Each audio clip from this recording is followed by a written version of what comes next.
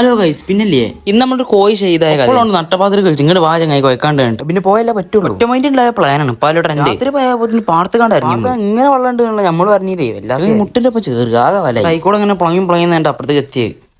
എല്ലാവരുടെ കൈക്കൊരു ലോഡ് ഉണ്ടേ. അതും ഒരിതാണ് കുറെ കട്ടിച്ച് സാധനങ്ങൾ മാണ്ടു കണ്ട് ആറേ ആളുണ്ട്. ചൂടാനുള്ള പരിപാടി നോക്കാം. ഞാൻ വീഡിയോ എടുത്താൽ വേണ്ടി ഒന്നര ബാക്ക് അതാകുമ്പോൾ റിസ്ക് ഇല്ലല്ലോ. നമ്മളിപ്പോഴും ബുദ്ധിപരമായി കളിക്കണം. നായിക്കാണ് ചാർക്കോൾ കൊടുത്തില്ല. ആകെയുള്ള പ്രതീക്ഷ ചിരട്ട അയ്മണി പീ ഇതാണ് കത്തിക്കിട്ട് 1.5 മണി കൊടുത്തേ ചിരട്ട ആയതുകൊണ്ട് ഓനോട് എന്നോ കൊടുത്ത മണ്ണ് കുറെ നേരത്തെ കാത്തിരിപ്പ് സാധനം കത്തിയാൽ മാത്രം പോലെ കണലാവണ്ടേ. എല്ലാവരും ചൂട് കൊള്ളാൻ വേണ്ടിയിരുന്നു. ക്യാമറമേ ഞാൻ ഓനോണ്ട് കുട്ടി കുറിച്ച് നമ്മൾ ചപ്പാത്തില്ല പറഞ്ഞു നോക്കണ്ടേ സ്പീക്കർ ഇട്ടില്ലേ പൊലി അങ്ങനെ കണല് റെഡി ആവണവരെ കാത്തിരുന്നു. എന്താല്ലേ നേരെ 9 മണിയായി പാർത്താണേ. ടൈമായി ചിക്കൻ വെക്കാനുള്ള സമയമായി. അപ്പൊ എങ്ങനെ തുടങ്ങല്ലേ? നമ്മൾ ചെയ്ത ചിക്കൻ നമ്മൾ ഗ്രില്ലുമ്പോൾ എന്താ ഓയിൽ പറ്റുള്ള ബ്രഷ് എന്നാ പറഞ്ഞു. നമ്മൾ ഫുൾ നാച്ചുറൽ അല്ലോ.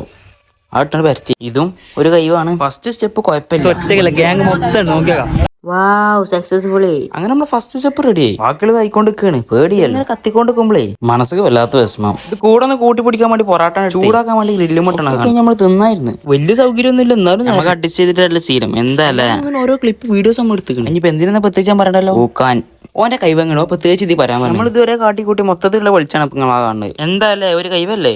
ആഹാ ആരാ പാക്കണത്? നമ്മളെ ചെറിയനാക്കല്ലേ ഒന്ന് ചൂടുള്ളായിരുന്നാ എന്തേ കൊടുക്കണം. നമുക്കല്ലേ എത്ര സിമ്പിൾ കണ്ടിട്ട് അപ്പുറത്തോടത്താണേ. അപ്പൊ ഇന്ന് ഇത്രേ ഉള്ളൂ. അപ്പൊ അടുത്ത വീഡിയോയില്